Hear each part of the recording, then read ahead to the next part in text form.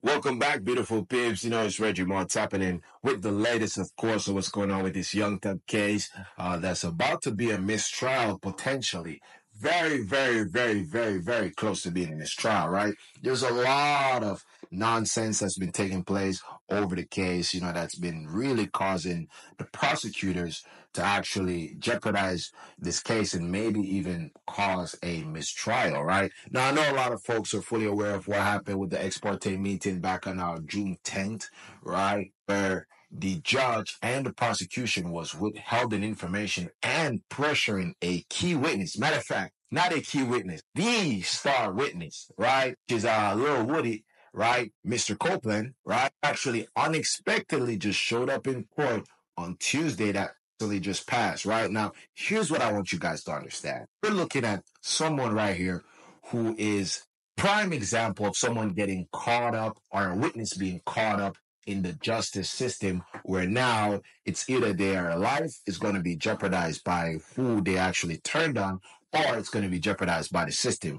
which in this case, it's the ex parte meeting and a bunch of threats being filed. Now, threat that's actually really the most outstanding threat is going to be when the justice system, this is not verbatim word for word, but when the justice system basically tell Little Woody that he's going to be in jail until all YSL members have actually stood trial. Now, we're talking about a guy that's possibly looking at a potential immunity agreement, right? And we're talking about a guy who is actually looking to testify against people that he grew up with, people that he knows. It's a big deal. We can agree that it's a big deal, right? Especially for one person, for an individual, right? Now let's take a zoom in real quick. Let's take a pin, right? During Woody's appearance, he didn't confirm if he would testify next week, right? After being asked point blank by Judge Whitaker if he would testify in front of a jury next week. Woody was just like, it depends on how I wake up.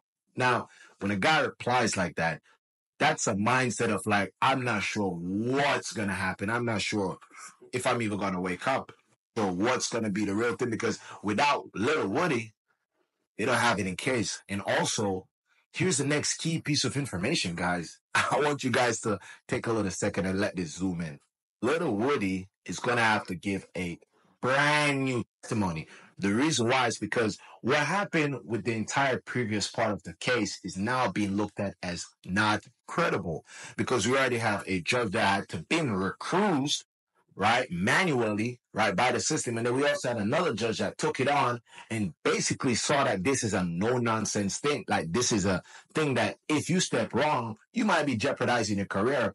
And the only time officials in those career paths ever do things like that is when they look at the odds and they know, okay, well, this is a lot of shady stuff that's going on. The same reason why Brian Steele, could have the confidence to say, hey, he will spend time with his client in jail. Again, guys, these are not common things. This is not a regular case. In fact, this is a fact that a lot of folks may not know, but this has been the longest trial in the history of the entire state of Georgia.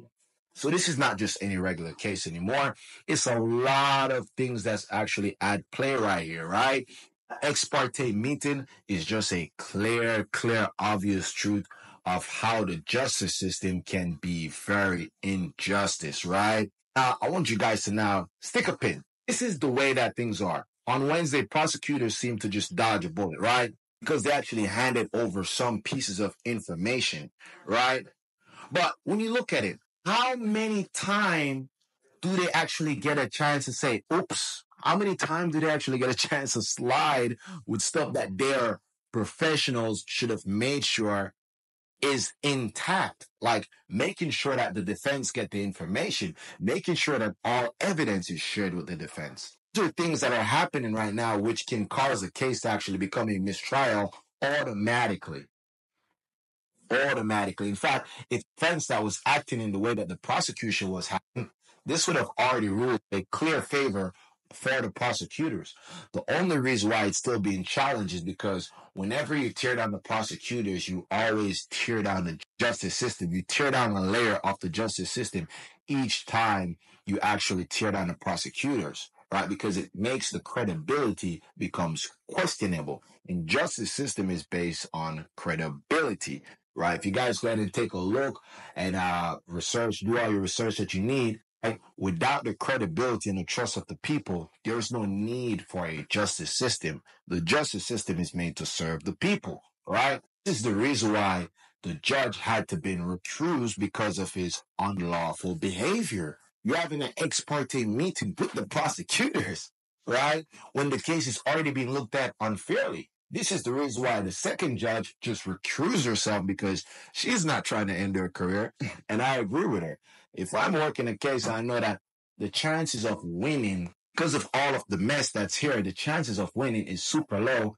I wouldn't take that one either. Right? Remember, we're talking about Fny Willis, who also has targets that are bigger than Young Thug, such as Donald Trump, right? Who she's actually after as well. And she has so many other stuff that's going on about this case that makes it where if you're a prosecutor and you're supposed to be on her team, the liabilities are just through the roof, right? We're talking about potential possible relationship with the person, Evan Thomas, who is actually, the reason why we have this court case in the first place, right? It's why she cannot be the DA that's actually prosecuting Young Thug directly. She has to have people from her team because you cannot have any personal relation, anyone that's involved in the case.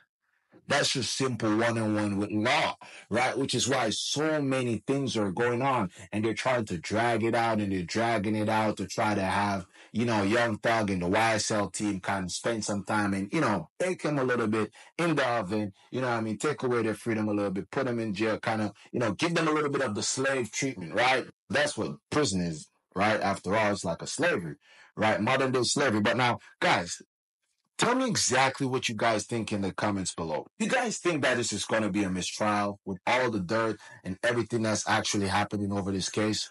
Or do you guys feel like the justice system might just persevere and do slight tweaks, just to not show their hands enough, but still to try to still stay on the team of the justice team, right? You guys let me know what you guys think in the comment section below. But for now, this is Reggie Mar, tapping in with the latest. And stay tuned for that follow-up.